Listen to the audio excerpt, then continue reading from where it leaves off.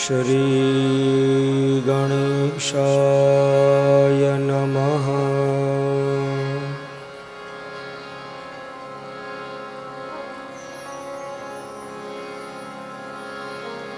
श्री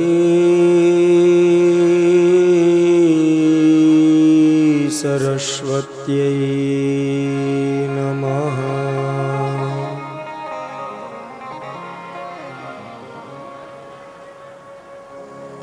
ॐ नमो भगवते वासुदेवाय।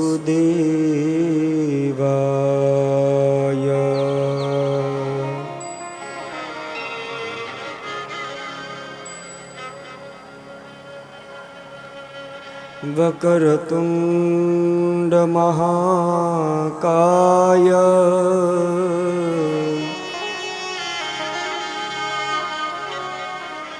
सूर्यकोटि समप्रभ।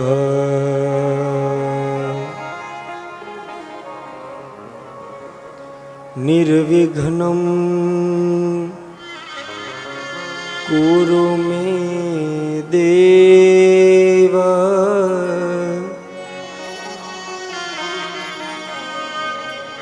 सर्वकार्येषु सर्वदा।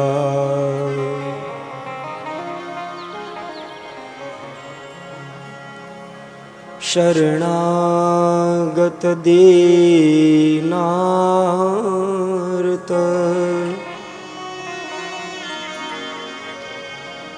परित्राण परायणे।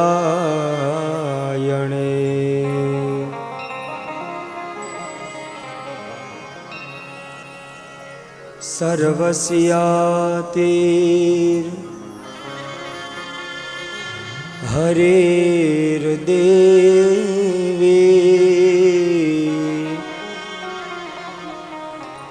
नारायणी नमोस्तुते।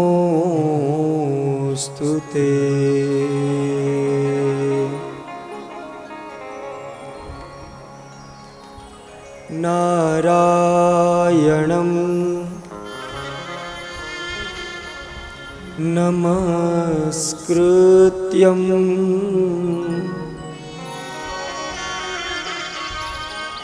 नरं चैव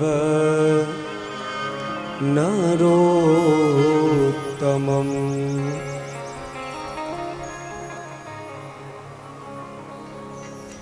देवीं सरस्वतीं व्यासं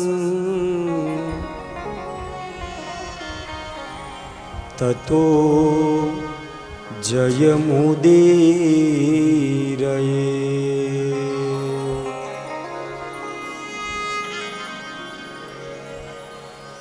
जयन्ती मंगला काली भद्रकाली कपालिनी दुर्गा क्षमा शिवा धात्री स्वाहा स्वधा नमोस्तुते।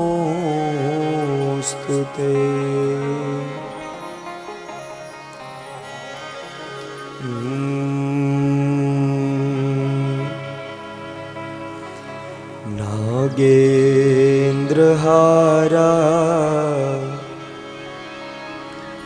यत्रिलोचनाय भस्मांगरागा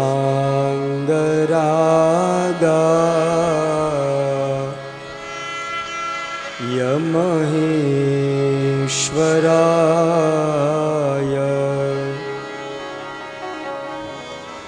नित्याय शुद्धाय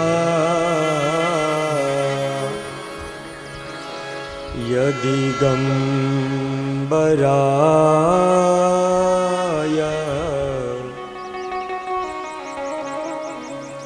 तस्मै नकाराय नमः शिवाय।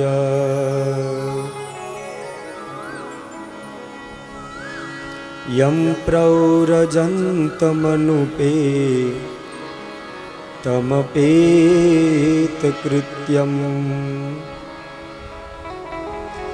द्वैपायनो विरहकातर आजुहाव उतरेति तन्मयतया तरवोऽभिनेन्दु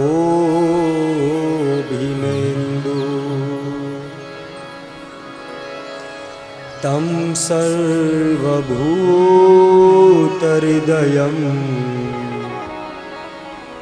मुनिमानतोऽस्मि।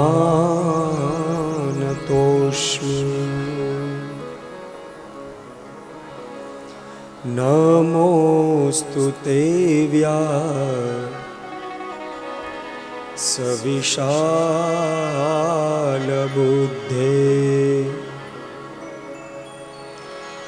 फुल्लारविन्दा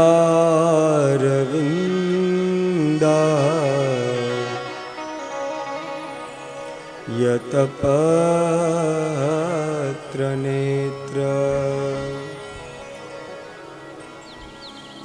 येन त्वया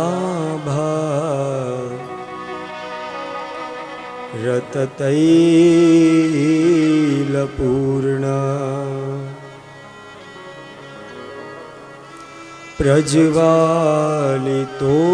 ज्ञानमय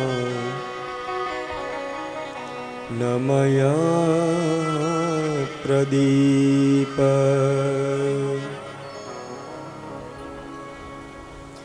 तपोमूर्तिमन्तं यजुर्वेदरूपम्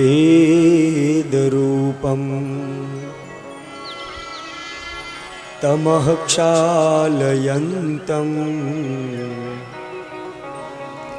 निजज्ञानभाषा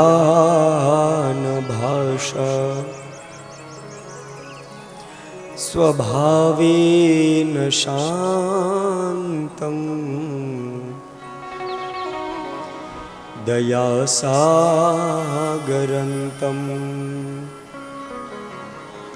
नमामो वयं सद्गुरुं शान्तिलालं स्मरामो वयं सद्गुरुं शान्तिलालम्।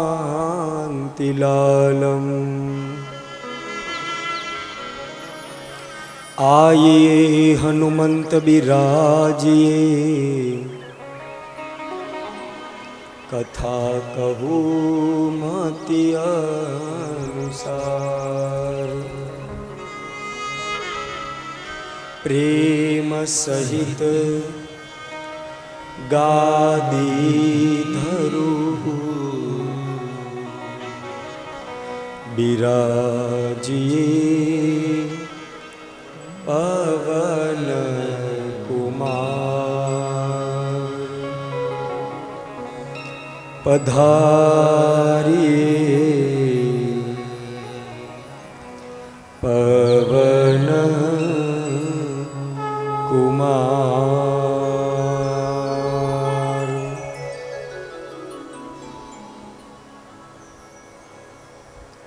अम्बा शरणम् अम्बा शरणम्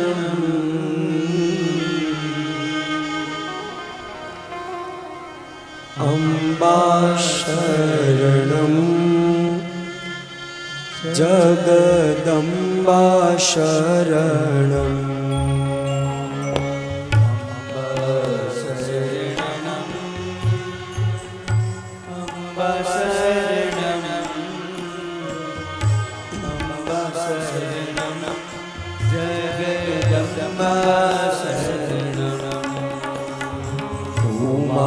शरणम् उमा शरणम् उमा शरणम् उमा शिव शरणम्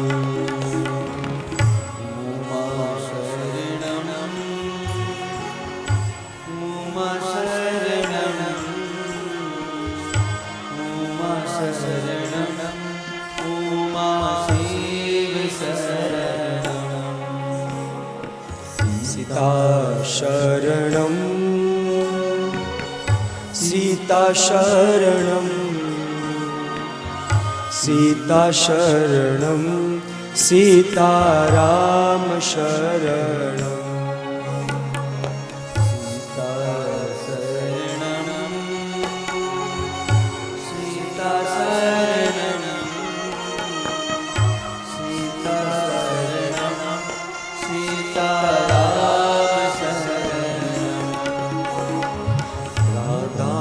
शरणं राधा शरणं राधा शरणं राधा कृष्ण शरणं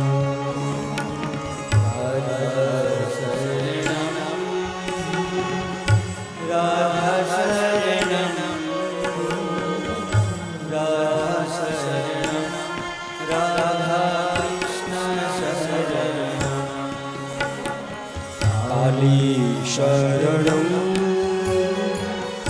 काली शरणं काली शरणं महाकाली शरणं काली शरणं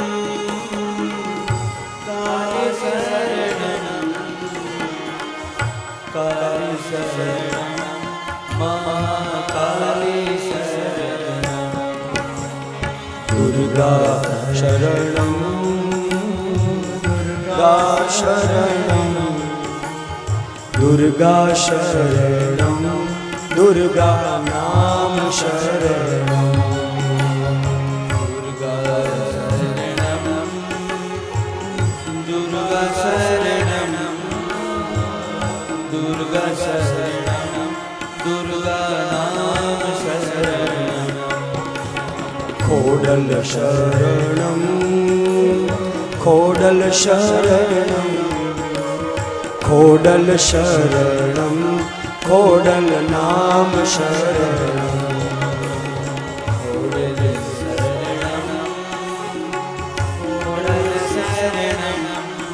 शरणं खोडल शरणं खोडल नाम शरणं बहुचर शरणं बहुचर शरणं बहुचर शरणं बहुचर नाम शरणं बहुचर शरणं बहुचर शरणं बहुचर शरणं बहुचर नाम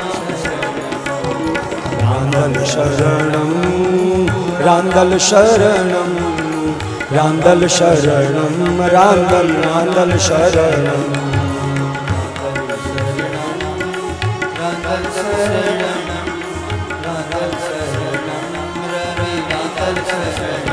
जगदम्बा शरणं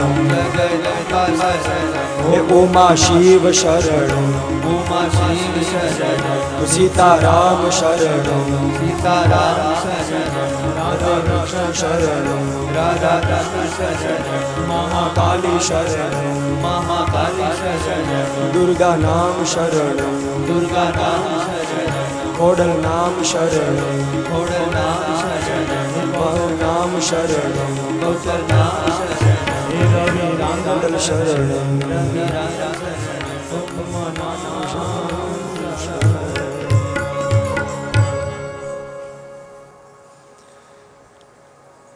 बोलो श्री देवी भागवत महापुराण की, श्री द्वारिकाधीश की, बालकृष्ण लाल की, श्री कुलदेवी मात, श्री खोडियार मात,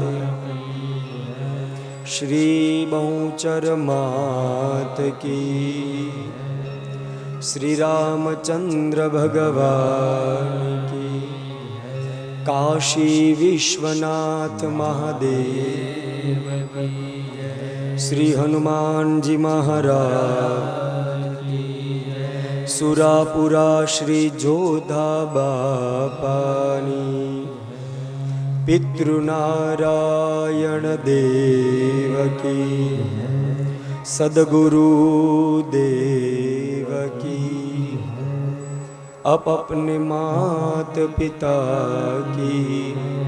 प्रेम से बोलो नमः पार्वती पतये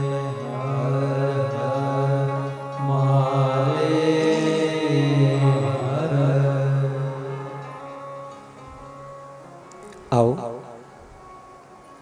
આજના અષ્ટમ દિવસના આ નવાહન પારાયણની અંદર આમ તો સાયંકાલનું આ અંતિમ સત્ર છે અને બપોરનું કાલ એક બાકી છે.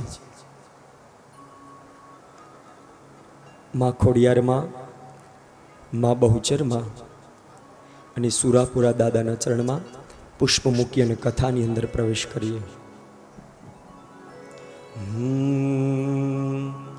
न तातो न माता न बंधुर्न दाता न पुत्रो न पुत्री न भृत्यो न भर्त्या न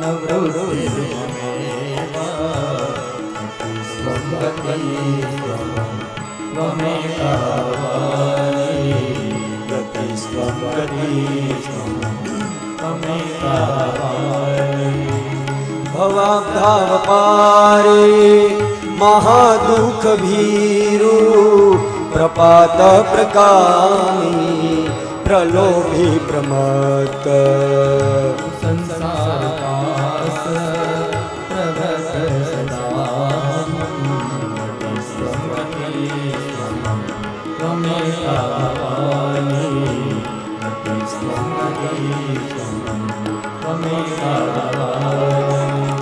न जानामि दानं न च ध्यान योगं न जानामि तंत्रं न च स्तोत्र मंत्रं न जानामि पूजा न च ध्यान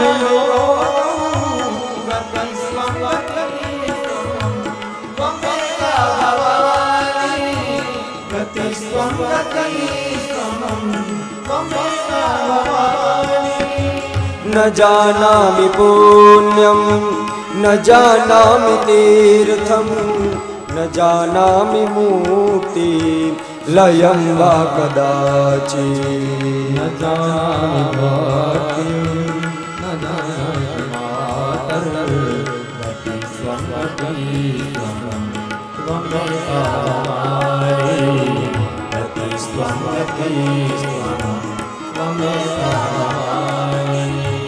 कुकर्मी कुसंगे कुबुद्धि कुदास कुलाचारहीन कदाचारलीन कुदृष्टि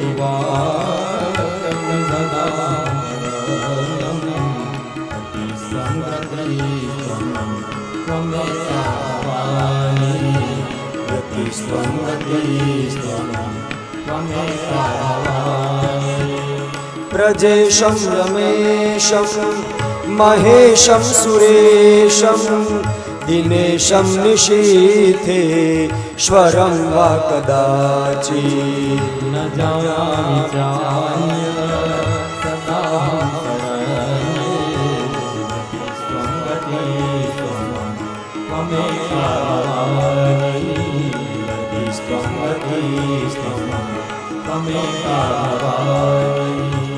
विवादे विषादे प्रमादे प्रवासे जले जानले पर्वते शत्रु मध्ये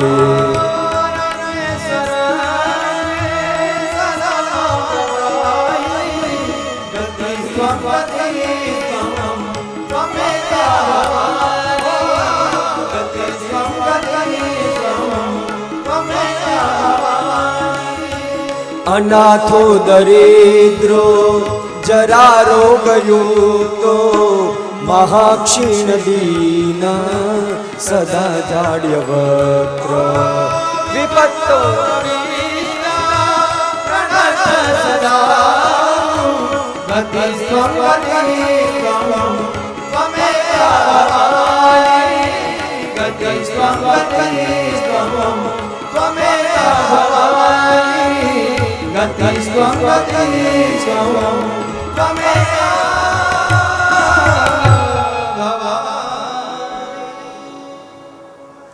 या देवी सर्वभूतेषु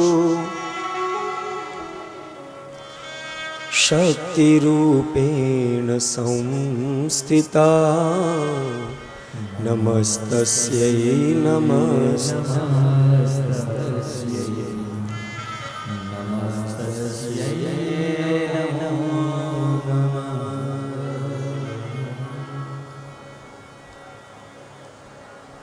वांगमय स्वरूप श्रीमद देवी भागवतना चरण कमल में वंदन। जे स्थान में बैठा छे एमां खोडियार मां, मां बहुचर मां अने सुरापुराना दादाना चरण कमल में वंदन। झुंडाळा गामनी अंदर बिराजमान सर्व देवी देवताओना चरण कमल में वंदन। मारा सद्गुरु अने माता पिताना चरण कमल में वंदन। संत वृंद, विप्र वृंद अने सारस्वत वृंदना चरण कमल में वंदन तथा जन्मे जे समान श्रोताना हृदयनी अंदर बिराजता ए भगवान राघवेंद्र सरकार ने आजना आ रामनवमीना सौने जय सियाराम, जय श्री कृष्ण, जय अंबे।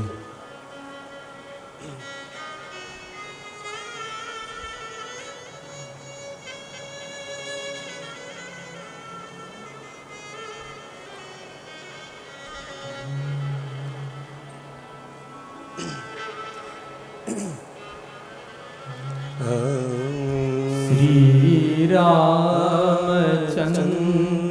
कृपालु भज मन हरण भव भयदारुणं नवकञ्जलोचन कञ्ज मुखकर कञ्ज पद कञ्जारुणम्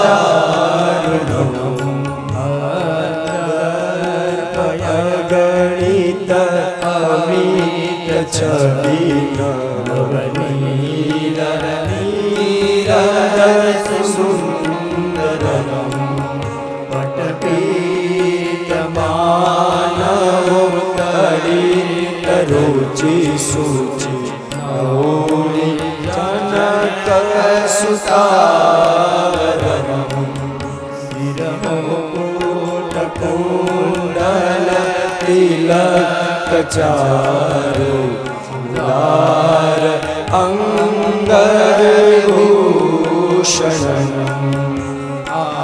आजानुज चापधर संग्राम जित खर दूषण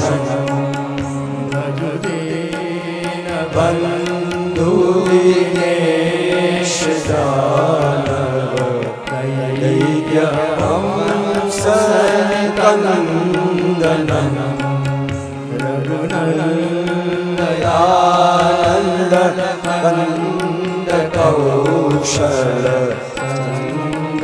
दशरथ नंदन भगत तुलसी दास शंकर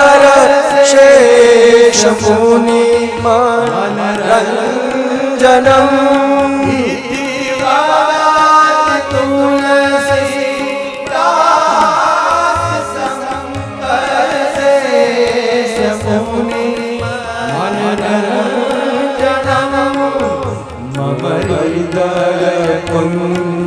कुञ्जनिवास कुरुका आदि खलदलरञ्जनम्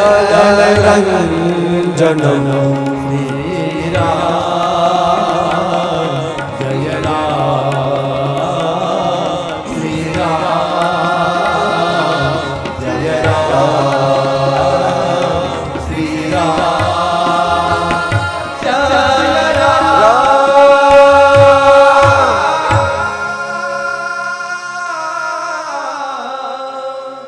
जय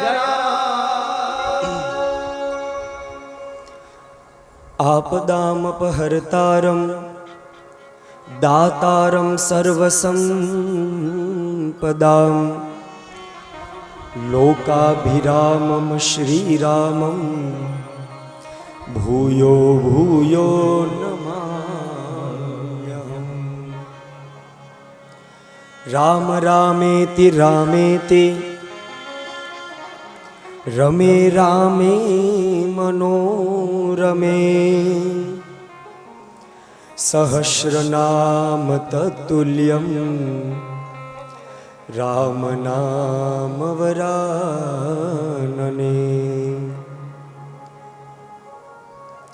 પેલા તો આપ સર્વને રામ જન્મની ખૂબ ખૂબ વધાઈ। ભગવાન મર્યાદા પુરુષોત્તમનો આજે રામ પ્રાગટ્ય જે બપોરે થયું એની ખૂબ સારી વધાઈ આપ સર્વને।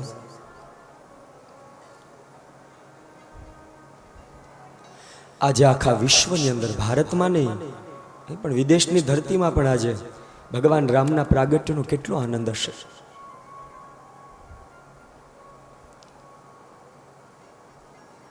શ્રીમદ ભાગવતની કથા હોય તો પણ ભલે, શ્રીમદ દેવી ભાગવતની કથા હોય તોય ભલે, દરેક શાસ્ત્રોની અંદર પુરાણોની અંદર મારા રામની કથા તો આવે જ છે। વ્યાસજી જન્મે જઈને આજે રામ પ્રાગટ્ય છે એટલા માટે એ કથાને ફરીથી દોહરાઈએ છે કે બધું આપણને ખબર છે કે ભગવાન જન્મ્યા ત્યારે નવમી તિથિ મધુમાસ પુનિતા બધી જ વસ્તુ અનુકૂળ બની ગઈ અને પછી ભગવાનનું પ્રાગટ્ય થયું।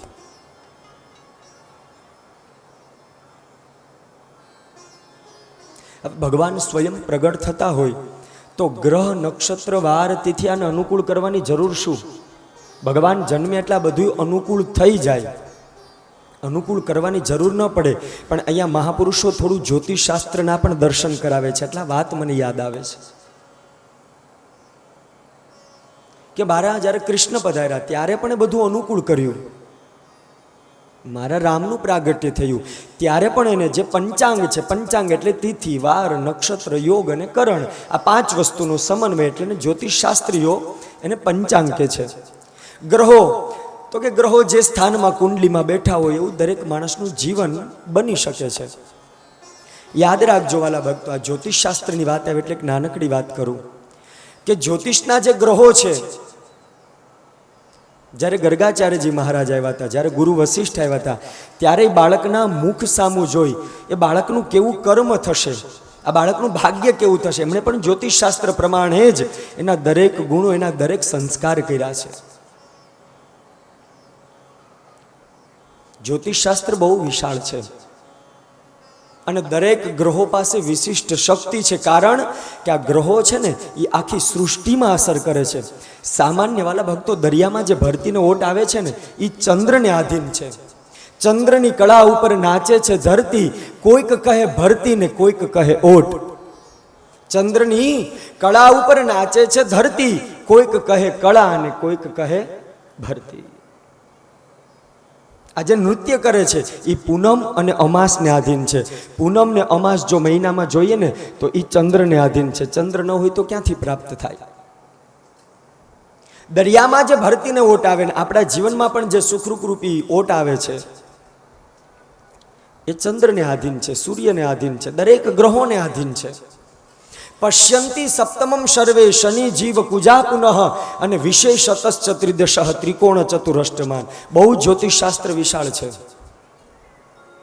પણ મારે એ વાત કરવી છે કે અહીંયા ભગવાને જન્મ થયો કે તુલસીદાસજી અને બધા ગ્રંથોમાં એવું લખ્યું કે નવમી તિથિ મધુમાસ પુનિતા. ભગવાને બધું જ અનુકૂળ કર્યું અને ભગવાને સારા દિવસે જન્મ ધારણ કર્યો.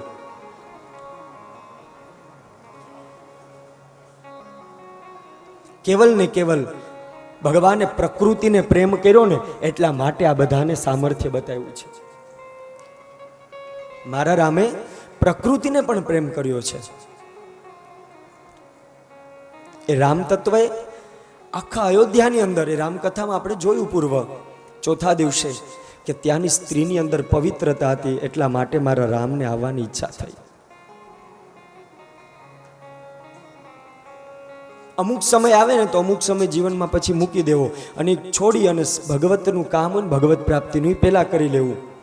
શતમ વિહાય ભોક્તવ્યમ સહસ્રમ સ્નાનમાચરેત. શતમ વિહાય ભોક્તવ્યમ સહસ્રમ સ્નાનમાચરેત. લક્ષમ વિહાય દાતવ્યમ કોટિમ ત્યક્ત્વા હરિમ ભજે.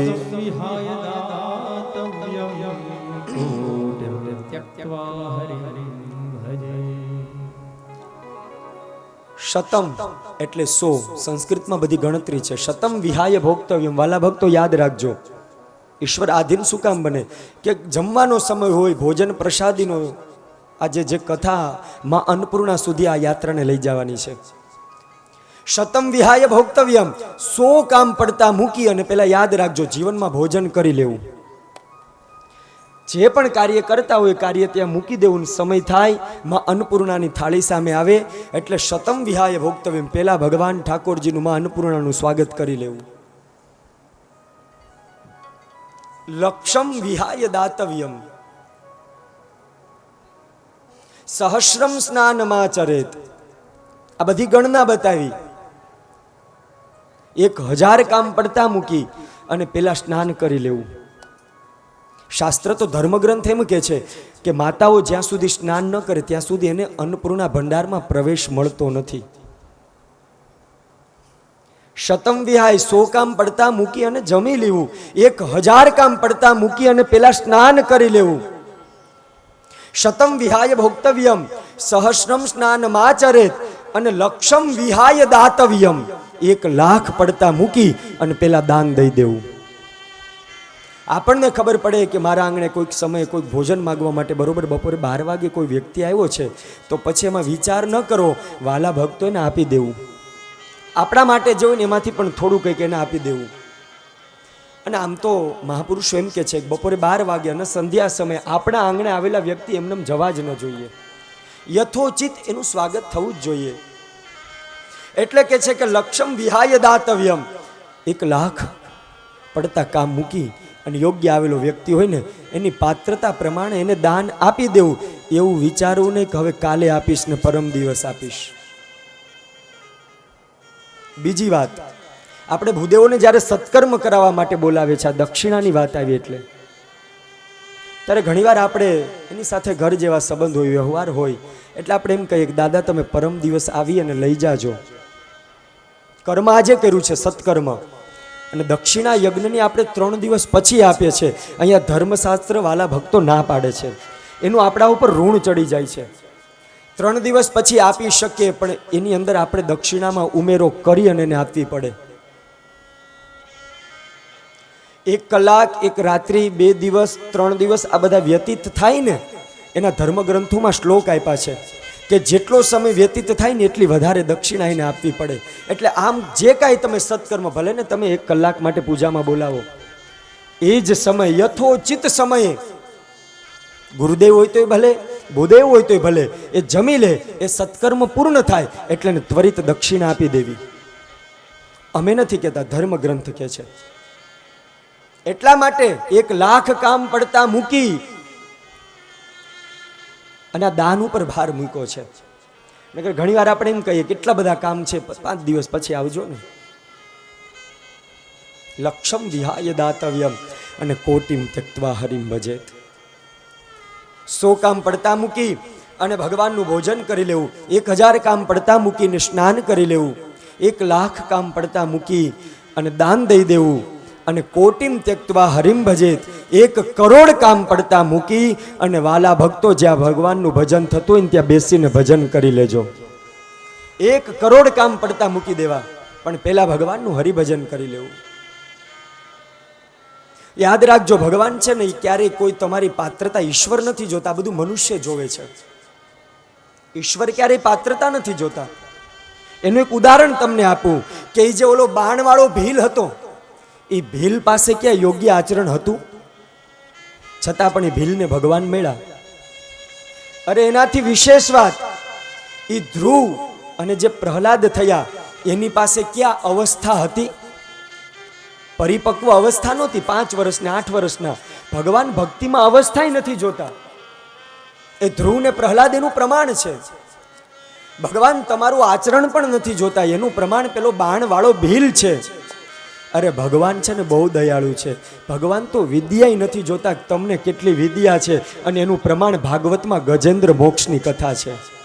એ હાથી ક્યાં ક્યાંય ભણવા ગયો તો, છતાં પણ મારા ઈશ્વરે એને મોક્ષ આપ્યો, એને ઉત્તમ ગતિ આપી. અરે એનેથી વધારે એ ઓલી કુબજા પાસે ક્યાં રૂપ હતું, તોય મારા ભગવાને એને તારી દીધી. કંઈક ખૂટતું હશે, ઈશ્વર તમારા અવગુણ નહીં જોવે, એ તો તમને ભક્તિ કેટલી છે, તમને એમાં પ્રેમ કેટલો છે. ભગવાન ધન ક્યાં જોવે છે, એટલા માટે તો સુદામાને રાજી કર્યા. એનું ઉત્તમ ઉદાહરણ સુદામા છે કે ધન નહીં હોય તો પણ ભગવાન રાજી થશે. અરે તમારો કોઈ આગળ પાછળ કદાચ વંશ નહીં હોય ને, આગળ પાછળ સંતાનો નહીં હોય ને, તોય ભગવાન તો બહુ દયાળુ છે, મને તમને પ્રસન્ન થઈ અને દરેક જીવને સ્વીકારી લેશે. એ દાસીથી જે દીકરો થયો, મહાભારતની કથા સાંભળી, એ વિદુર પાસે ક્યાં વંશ હતો?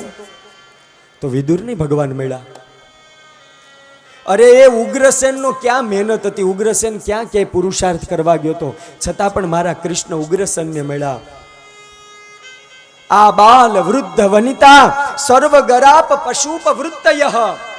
હું આબાલ, હું વૃદ્ધ, હું બાળક, હું પશુ, હું પંખી, સર્વેશામ આવૃત્તયઃ. ચૈતન્ય મહાપ્રભુ કહે છે કે હું બધાને, આ દરેક જીવાત્માને મારી અંદર સમાવી લઉં છું. હું કોઈને મારાથી ક્યારેય અળગો નથી કરતો.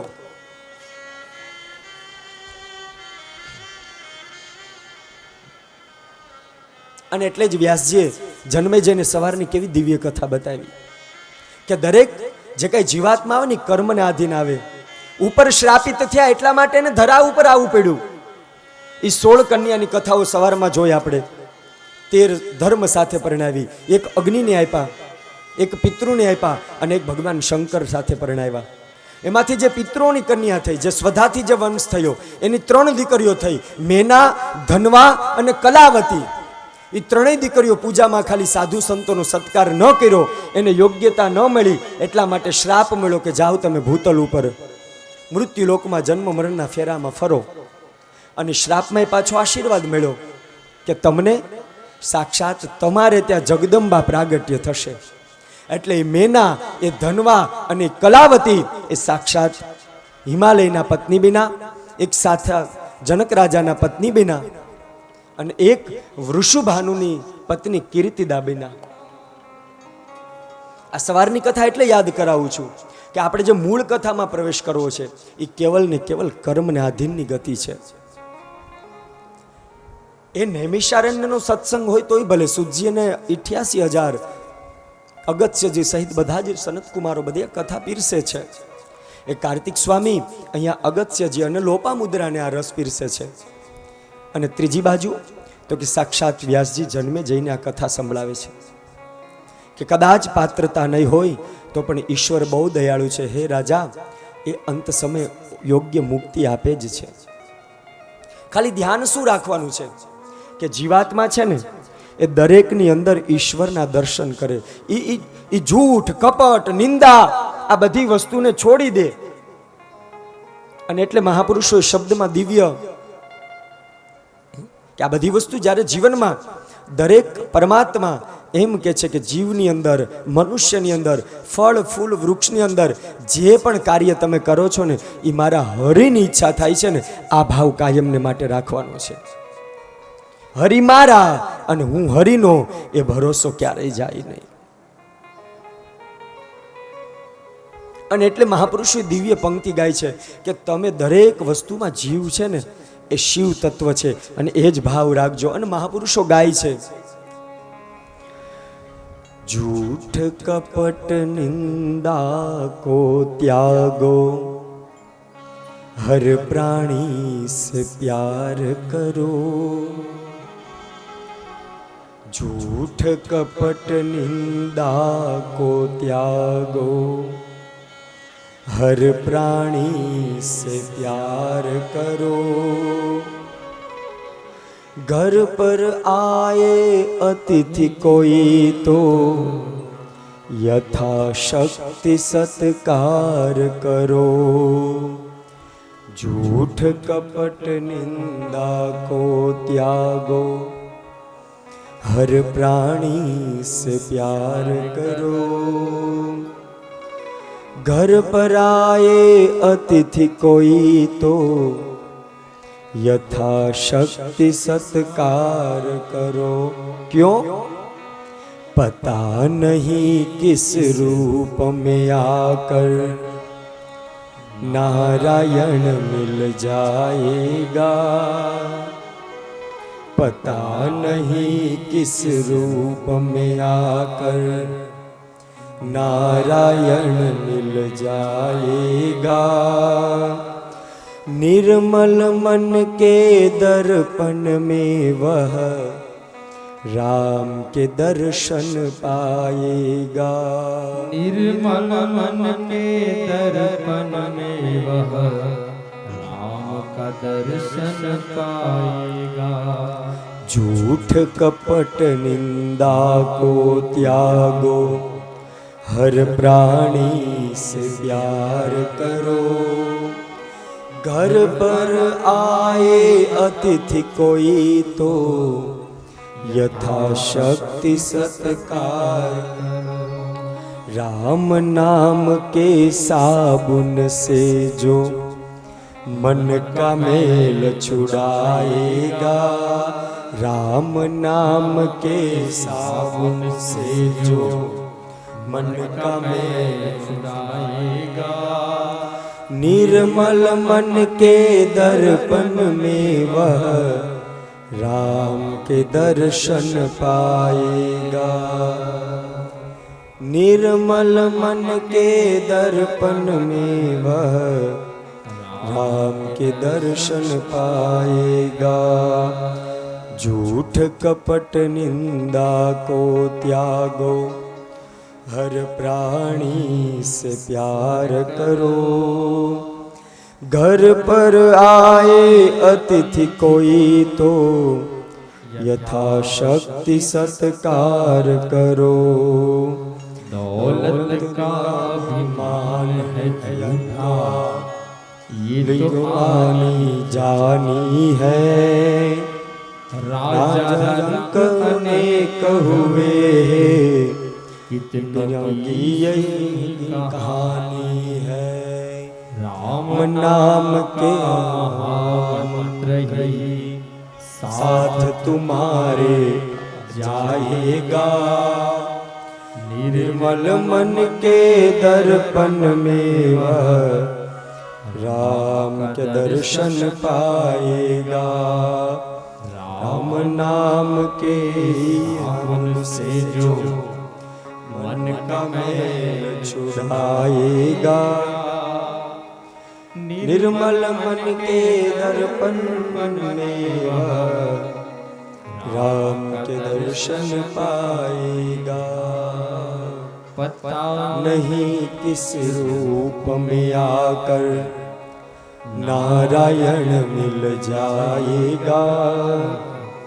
नहीं किस रूप में आकर नारायण मिल जाएगा. निर्मल मन के दर्पण में वह राम का दर्शन पाएगा. राम नाम के साबुन से जो मन का मेल छुड़ाएगा, राम नाम के साबुन से जो मन का मैल छुड़ाएगा, निर्मल मन के दर्पण में वह राम के दर्शन पाएगा।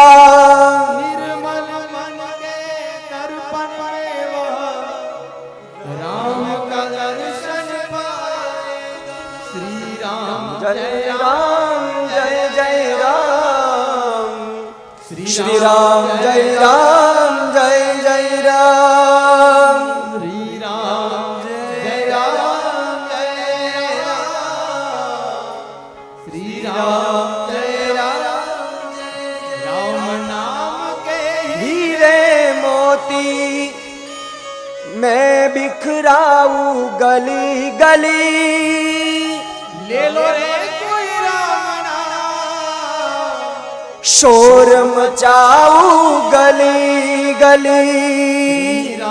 जय राम जय जय राम, श्री राम जय राम जय जय राम, श्री राम जय राम जय जय राम,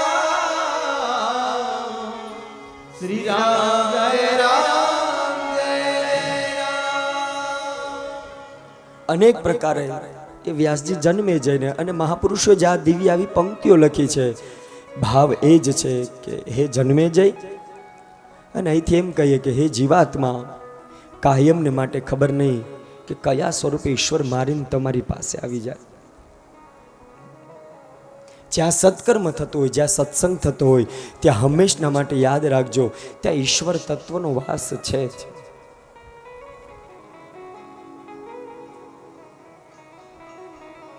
વ્યાસજી એક દિવ્ય કથા કહે છે કે હે રાજા, જ્યાં દક્ષ પ્રજાપતિની મેં તને જ્યાં 16 કન્યાઓની જે કથા કીધી ને, એ દક્ષ પ્રજાપતિના વંશની આગળ કથા કહું છું. જન્મેજી કહે છે કે ગુરુદેવ, આ કથા છે ને તમે મને વિસ્તારથી કહેજો. અનેક પ્રકારે એને જિજ્ઞાસા જાગતી ગઈ, અને જિજ્ઞાસા જાગતી ગઈ એટલા માટે વ્યાસજી કહે છે કે ધર્મ એ બ્રહ્માના દીકરા છે.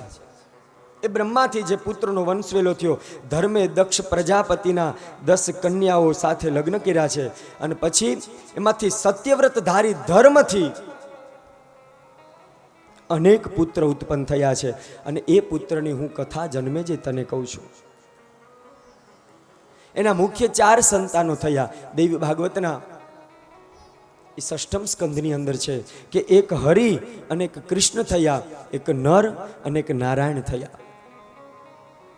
આ 4 સંતાનોની કથા બતાવે છે. વ્યાસજી જન્મે જઈને કહે છે કે એમાંથી જે હરિ અને કૃષ્ણ, જે આ દક્ષના વંશમાં જે સંતાનો થયા, આ બધી કલ્પભેદની કથાઓ છે. પાછું શ્રીમદ ભાગવતમાં એ બ્રહ્માથી માનસ પુત્રો બતાવે છે, સનક, સનંદન, સનાતન, નારદજી, એ બધા. પણ દેવી ભાગવતમાં એક કલ્પભેદ છે, એટલા માટે એમાં હરિ, કૃષ્ણ, નર, નારાયણ આ બધા સંતાનો બ્રહ્માના આવે છે. કારણ કે બ્રહ્માનો પણ સમય પૂરો થાય એટલે બ્રહ્મા પણ બદલાય છે. એમાંથી જન્મે જઈને કહે છે કે જે હરિ અને જે કૃષ્ણ હતા ને, એ યોગા અભ્યાસ કરી અને એ પોતાનું જીવન છે ને અભ્યાસની અંદર જ લાગેલું રાખતા. અહર્નિશ પ્રતિદિનમ યસ્ય મનઃ સંકલ્પ એવ કરણીયમ. એણે મનથી જેવો સંકલ્પ કરી લીધો છે કે અમારે તો કેવલ ને કેવલ વિદ્યા જ પ્રાપ્ત કરવી છે.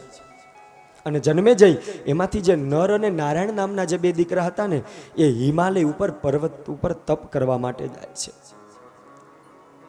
હરિકૃષ્ણ વિદ્યામાં પોરોવાઈ ગયા, નર અને નારાયણ છે એ હિમાલય ઉપર તપ કરવા માટે જાય છે.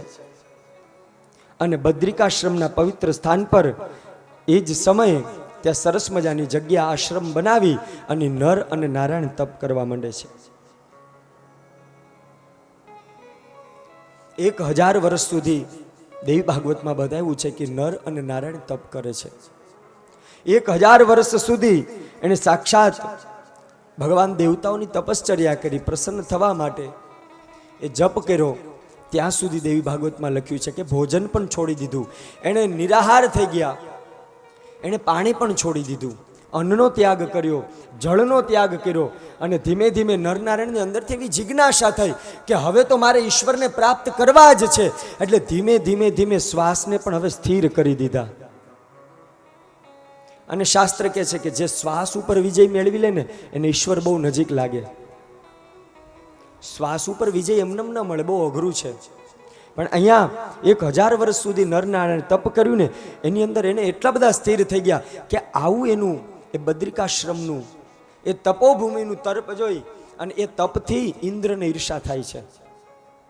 આમ તો કથામાં આપણે જોયું છે કે ઇન્દ્રને દર વર્ષે ઈર્ષા થાય. જ્યારે જ્યારે જે દેવતાઓ 1000 વર્ષ કે 10,000 વર્ષ જેટલું જેટલું તપ કર્યું ને સૌથી વધારે ઈર્ષા ઇન્દ્રને થાય છે. કારણ કે ઇન્દ્ર બીકણ છે, એને એ જ ડર લાગે છે કે હમણાં મારું ઇન્દ્રાસન જતું રહેશે તો હું જઈશ ક્યાં, હું ક્યાં બેસીશ. એટલે 1000 વર્ષ સુધી આ નરનારાયણનું તપ ચાલ્યું ને વ્યાસજી જન્મે જઈને કહે છે કે સૌથી પહેલી ચિંતા રાજા ઇન્દ્રને થઈ.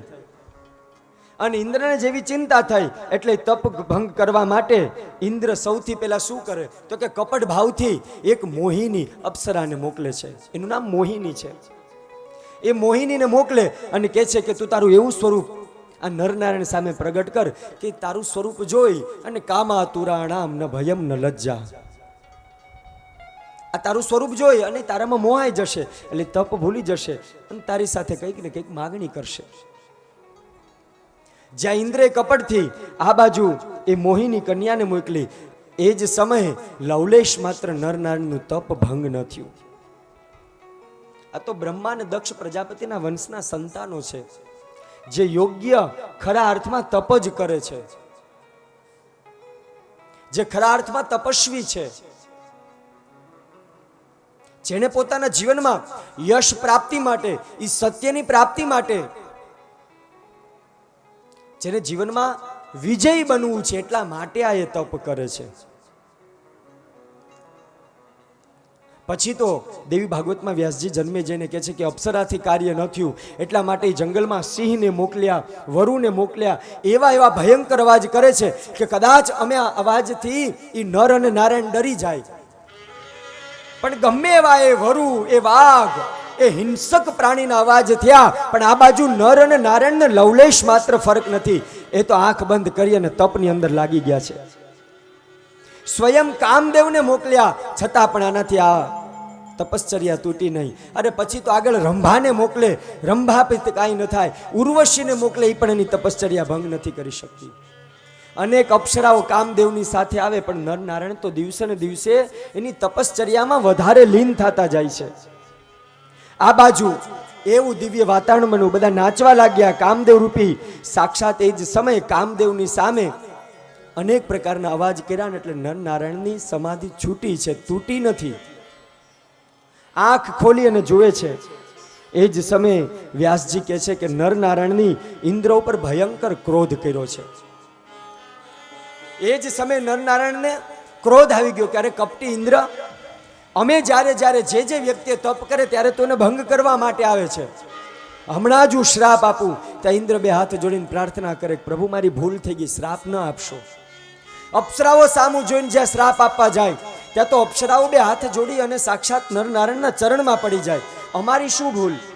અમને તો ઇન્દ્રએ મોકલી એટલા માટે અમે આવ્યા, અમારી શું ભૂલ છે? ઇન્દ્ર તું બહુ કપટી છે, ન બોલવાના શબ્દ નરનારાયણ કહે છે. અમારું તપ ભંગ નથી થયું, અમે અમારી જાતે આંખ ખોલી છે. અમે દક્ષ પ્રજાપતિના વંશના સંતાનો છીએ. અમે એમ લોભ લાલચમાં ન આવીએ ઇન્દ્ર, અને અમે તારા ઇન્દ્રાસનને મેળવવા માટે પણ આ તપ કરતા નથી, તું સાંભળી લેજે. વ્યાસજી જન્મે જઈને આ અનેક પ્રકારે નરનારાયણનો સંવાદ બતાવે. અને એ જ સમયે પોતાની જે નર અને નારાયણની જે સાથળ છે, જે જંઘાનો ભાગ છે, એ જંગમાં જોરથી જ્યાં પોતાના હાથ પછાડે ત્યાં તો એ જાંઘમાં એ નર નારાયણ હાથ પછાડવાથી અનેક અપ્સરાઓ ઉત્પન્ન થાય છે. અને ઇન્દ્રને કહે છે કે આ જોઈ લે, આ બધી અપ્સરાઓ મારા જાંઘમાં, મારી સાથળમાં છે. આ તારી ઉર્વશી ને રંભા મારું શું કરી શકશે? ઇન્દ્ર તું આવા કપટ મૂકી દે અને જે વ્યક્તિ તપ કરે છે ને એને તપ કરવા દે. બધા વ્યક્તિ ઇન્દ્રાસન માટે તપ ન કરતા હોય. આવી અપ્સરાઓ તો હું હાથ પછાડું, જટા પછાડું, ખાલી આ મારો દાબો પગ પછાડું ને તો અનેક વૃત્તિઓ ઉત્પન્ન થાય. નરનારાયણ પોતાનું સામર્થ્ય બતાવે છે. આ બાજુ પછી તો ઉર્વશી સહિત બધા ક્ષમા યાચના માગે છે કે નરનારાયણને કે અમને માફ કરી દો, અમે તો અબળા નારી છીએ, ઇન્દ્રના કહેવાથી આ રીતના આવ્યા છીએ, હવે અમે ક્યાં જશું? ઇન્દ્ર અમને રાખશે નહીં. નરનારાયણ પાસે માગણી કરે છે કે તમે અમારી સાથે વિવાહ કરો. વ્યાસજી જન્મે જેને કહે છે કે રાજા, ત્યાં તો એ જ સમય બધી જ પૂર્વકાલીન વાત આ નરનારાયણને યાદ આવે છે. કારણ કે શ્રાપવશ થઈ અને એને જન્મ મળ્યો હોય, કારણ વગરનો એને ઇન્દ્ર ઉપર ક્રોધ કર્યો, અને આ જન્મ એટલા માટે થયો તો એને ક્રોધ કરવાની મનાઈ હતી. પણ ઇન્દ્ર કપટી છે, કૃત્ય એવું કર્યું એટલા માટે નર અને નારાયણને ક્રોધ આવ્યો. હરિ અને કૃષ્ણ તો વિદ્યાભ્યાસમાં લાગી ગયા, પણ નર નારાયણને એવું પૂર્વ જન્મને આધીન કે જીવનમાં અવતાર આપીએ પણ તમે ક્રોધ ન કરતા તો જ મુક્તિ મળશે. બે હાથ જોડી નર નારાયણ બધાને પોતપોતાના સ્થાને મોકલી દે, પણ આ બાજુ પોતાના ઋષિ પાસે જાય, પોતાના ગુરુદેવ પાસે જઈ નરનારાયણ બે હાથ જોડીને પશ્ચાતાપ કરે કે હે ગુરુદેવ, અમને જન્મ પ્રાપ્ત થયો તો પણ અમે વિસ્મૃતમ જાતમ, અમે ભૂલી ગયા કે અમારે ક્રોધ નથી કરવાનો, અમારાથી જાણતા અજાણતા ક્રોધ થઈ ગયો છે. ઇન્દ્રે આવું કર્મ કર્યું એટલે અમને ક્રોધ આવ્યો, એ જાણીને થયું, પણ અમે વિસ્મૃતમ, અમે ભૂલી ગયા કે અમારે હવે આ જન્મમાં ક્રોધ નથી કરવાનો. જન્મે જે પ્રશ્ન પૂછે છે કે નરનારાયણને એવી શું કામ એને ક્રોધ કરવાની મનાઈ હતી? મનુષ્ય જન્મ પ્રાપ્ત થાય એટલે કામ, ક્રોધ અને લોભ આ તો સતયુગ, દ્વાપર, ત્રેતા અને કળયુગમાં સાથે જ છે. એનાથી મનુષ્ય ક્યારેય વિખૂટો ન પડી શકે. ગુરુદેવ તમે શું કહેવા માંગો છો? એ જ સમય કે છે કે સાંભળ રાજા, આ પૂર્વકાલીન એક ઘટના છે કે જ્યારે આ નરનારાયણને પશ્ચાતાપ થયો, પૂર્વ જન્મની અંદર અમે ક્રોધ કર્યો, એ ક્રોધ કર્યો એટલે પૂર્વ જન્મમાં અમારું તપ ભંગ થયું, અને તપ ભંગના કારણે એ ક્રોધના લીધે, એ અહંકારના લીધે અમારે પ્રહલાદની સામે લડવું પડ્યું હતું. નરનારાયણને પૂર્વકાલીન પ્રહલાદની સામે લડવું પડ્યું, યુદ્ધ થયું હતું, અને યુદ્ધ કેવલ ને કેવલ ક્રોધના હિસાબે થયું હતું. ત્યારથી અમે શ્રાપિત થયા હતા, અને આજે છૂટવું હતું પણ હવે છૂટી નહીં શકીએ, શું કરીએ? અને ત્યારે એ જ સમયે ગુરુદેવ કહે છે કે તમે 9 દિવસ સુધી દેવી ભાગવતનું પારાયણ કરો. જે વ્યક્તિને રસ્તો નથી મળ્યો ને, અંતે ગુરુદેવ એ કોઈ પણ હોય એ ઋષિ પાસેથી એ જ જિજ્ઞાસા મળી છે, જીવનમાં કાંઈ પણ દુઃખ છે, સંતતિ, સંપત્તિ, ધન, કાંઈ પણ લવલેશ માત્ર, તો 9 દિવસ સુધી હે નર અને નારાયણ, હવે આ જન્મને સુધારવા માટે તમે દેવી ભાગવતનું નવાન્ન પારાયણ કરો. લખ્યું છે ચૈત્ર સુદ એકમથી ચૈત્ર સુદ નોમ સુધી એ નર અને નારાયણે દેવી ભાગવતનું પઠન અને પાઠનને વ્રત કર્યું, અને એને પછી અંત સમયમાં જગદંબા એની આગળ સમાવી લેશે. વ્યાસજી જન્મેજયને એક એક કથાના માધ્યમથી કહે છે કે હે રાજા, જેણે જેણે કર્મને આધીન જન્મ આપ્યા અને કંઈક નાની મોટી ભૂલ થઈને એ બધાને પશ્ચાતાપ માટે જ અહીંથી મુક્તિ માટે ઈશ્વર એ 9 દુર્ગા સાક્ષાત છોડાવા છે. વારંવાર આપણે દુર્ગા દુર્ગા દુર્ગા બોલીએ છીએ ને, એ દુર્ગા શબ્દ બોલવાથી આધિ, વ્યાધિ અને ઉપાધિ દૂર કરવા વાળા છે. દેવી ભાગવતમાં એ પછી આગળ જન્મે જઈ વ્યાસજીને દુર્ગા નામનું મહત્વ બતાવે છે કે જે દુર્ગા દરેક જીવાત્મા ઉપર પ્રસન્ન થાય છે ને, એ દુર્ગા શબ્દ દ, ઉ, પછી રેફ આવે એટલે ત્રીજો અક્ષર, ચોથો અક્ષર ગ અને પાંચમો અક્ષર આ, અને સંધિ છૂટી પડે ને એટલે 5 અક્ષર થાય છે દુર્ગાના. એ જે દુર્ગાના 5 અક્ષર છે, એ 5 અક્ષરની અંદર પ્રથમ જે દુર્ગાનો દ છે, એ દૈત્ય નાશાર્થમ વચનો દકારઃ પરિકીર્તિતઃ. સંસ્કૃત વાંગ્મયમાં દકાર શબ્દને મારા પાણીની પતંજલિએ સાક્ષાત દૈત્ય નાશાર્થમ, દુર્ગાનો દ છે ને દૈત્યના નાશ માટે છે. જ્યારે જ્યારે આસુરી વૃત્તિ આ જન્મ ધારણ કરે ને, ત્યારે દુર્ગાનો દ શબ્દ ખાલી બોલવાથી એ જે કાંઈ દૈત્ય છે એનો નાશ માટે, અને વચનો દકાર પરિકીર્તિતઃ, નવું સર્જન માટે એ દ શબ્દનો ઉચ્ચાર કરવામાં આવે. દુ, એની અંદર જે દુ બોલી એટલે દકાર પછી ઉકાર આવે છે, એ ઉકાર છે એ સાક્ષાત ઉકારો વિઘ્નનાશસ્ય વાચકો વેદ સામતઃ. એ ઉકાર શબ્દ જ્યાં મુખમાંથી નીકળે ને ત્યાં ઉકારો વિઘ્નનાશસ્ય, ખાલી હું બોલવાથી માં દુર્ગા આપણા તમામ વિઘ્નને દૂર કરી દે છે. ઉકારો વિઘ્નનાશસ્ય વાચકો વેદ સંમતઃ, એની અંદર વેદોએ પણ સંમતિ આપી છે. એ ઉકાર પછી જે રેફ આવે એ રેફો પાપઘ્ન વાચક. એ રેફ છે ને દુર્ગામાં એ પાપને દૂર કરવા માટે છે. આગળ ગકાર ગશ્ચ પાપઘ્ન વાચક જાયા શત્રુઘ્ન વચનશ્ચ કારક પરિકીર્તિત. આ દુર્ગા શબ્દ બોલવાથી અનેક પ્રકારના જીવનમાંથી આપણે મુક્ત થઈ જઈએ છીએ. ખરા અર્થમાં તો મને યાદ છે કે દુર્ગાની ઉપાસના એ શક્તિની ઉપાસના તો આપણે શું કરીએ. એ 32 વર્ષની ઉંમરમાં જેણે સાક્ષાત માં દુર્ગાની ઉપાસના કરી, અને કેવી દુર્ગાની ઉપાસના કરી. પ્રભાતે યહત સ્મરેત, પ્રભાતે યહ સ્મરેત નિત્યમ દુર્ગા દુર્ગાક્ષરદ્વયમ આપદસ્તસ્ય નશ્યંતી તમઃ સૂર્યોદયે યથા. આ દુર્ગા નામ કેવું છે વ્યાસજી બતાવે છે કે આ દુર્ગા નામ બોલવાથી વાલા ભક્તો પ્રભાતે યહ સ્મરેતે નિત્યમ, રોજ સવારે ઉઠી અને કાંઈ ના આવડે તો ખાલી દુર્ગા દુર્ગા 2 વાર બોલી લેજો. પ્રતિદિન પ્રભાતે યહ સ્મરતે નિત્યમ દુર્ગા દુર્ગા ક્ષરદ્વયમ, ખાલી આ 2 અક્ષર જો નિત્ય બોલે ને તો આપદસ્તસ્ય નશ્યંતી, જે કાંઈ એના દુઃખ હશે ને એમાં દુર્ગા સવારમાં બધા જ હરણ કરી લેશે. આપદઃ સ્તસ્ય નશ્યંતી અને તમઃ સૂર્યોદયે યથા. જેમ સરસ મજાનો સૂર્યનો ઉદય થાય ને એ રીતના ફરીથી મારો ને તમારા સવારની શરૂઆત થશે. આગળ ફરીથી કહે છે કે દુર્ગા નામનું કેટલું મહત્વ છે.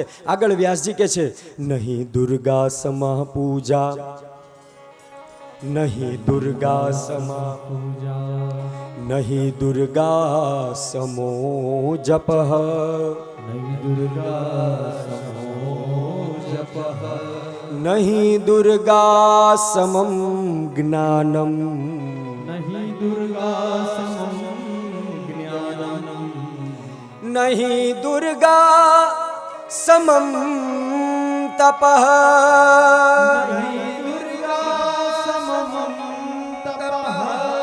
ખાલી રોજ હવારે દુર્ગા દુર્ગા બોલો અને આપદસ્તસ્ય નશ્યંતી એતાદૃશઃ નાસ્તિ, ખાલી એવું નથી. પણ આગળ કહે છે કે નહીં દુર્ગા સમા પૂજા, નહીં દુર્ગા સમો જપ, નહીં દુર્ગા સમો પૂજા, નહીં દુર્ગા સમો જપ. યાદ રાખજો દુર્ગાની કોઈ પણ પૂજા કરો એમાં દુર્ગાથી મોટી પૂજા કોઈ નથી. આ દેવી ભાગવત ગ્રંથ કહે છે. કારણ કલ્પભેદ છે.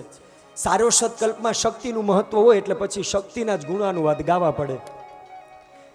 એટલે હું કહું છું જેના લગ્ન હોય ને એ જ વરરાજાના ગીત ગવાય. એમ સારસ્વત કલ્પમાં માં શક્તિનું સામર્થ્ય હતું એટલા માટે આ શ્લોક આપણને એમ થાય કે ભાઈ એવું કેમ કીધું હશે બધી પૂજામાં દુર્ગાની પૂજા શ્રેષ્ઠ. તો શિવ પુરાણમાં તો એમ કે છે કે ભગવાન શિવજીની પૂજા શ્રેષ્ઠ છે. ભાગવતજીમાં અમે એવું સાંભળીએ કે ભગવાન કૃષ્ણની પૂજા શ્રેષ્ઠ છે. પણ આ કાલ ભેદ છે. મોટામાં મોટી દેવી ભાગવત એમ કે છે કે દુર્ગાથી મોટી બીજી કોઈ પૂજા નથી. અરે એમ નહીં, દુર્ગા સમો જપઃ નાસ્તિ. તમે જે જપ કરો છો ને એ દુર્ગા દુર્ગા દુર્ગા દુર્ગા દુર્ગા કરો ને એટલે આનાથી મોટું બીજું કોઈ જપ નથી. નહીં દુર્ગા સમમ જ્ઞાનમ, નહીં દુર્ગા જ્ઞાનમ, નહીં દુર્ગા સમમ તપઃ,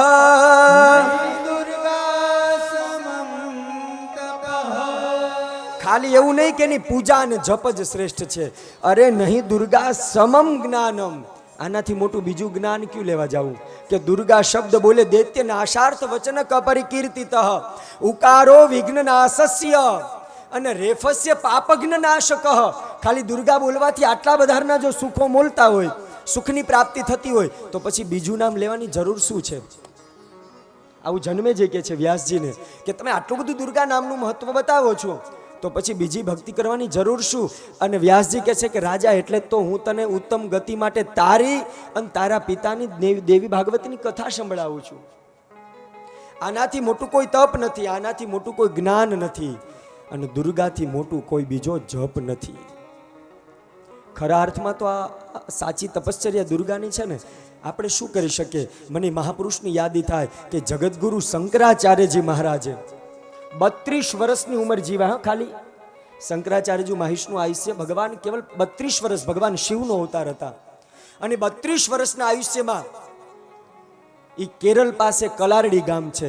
આપણે બધા સનાતની છીએ ને, એટલે વાલા ભક્તો યાદ રાખજો, આપણને શંકરાચાર્યનું જીવન ચરિત્ર ખબર જ હોવી જોઈએ. આપણે મોહમ્મદ ગજનીને વાંચ્યા, ટીપુ સુલતાનને, આ બધાની ગાથાઓ ખબર છે. પણ કોકને પૂછો કે શંકરાચાર્યનો જન્મ ક્યાં થયો?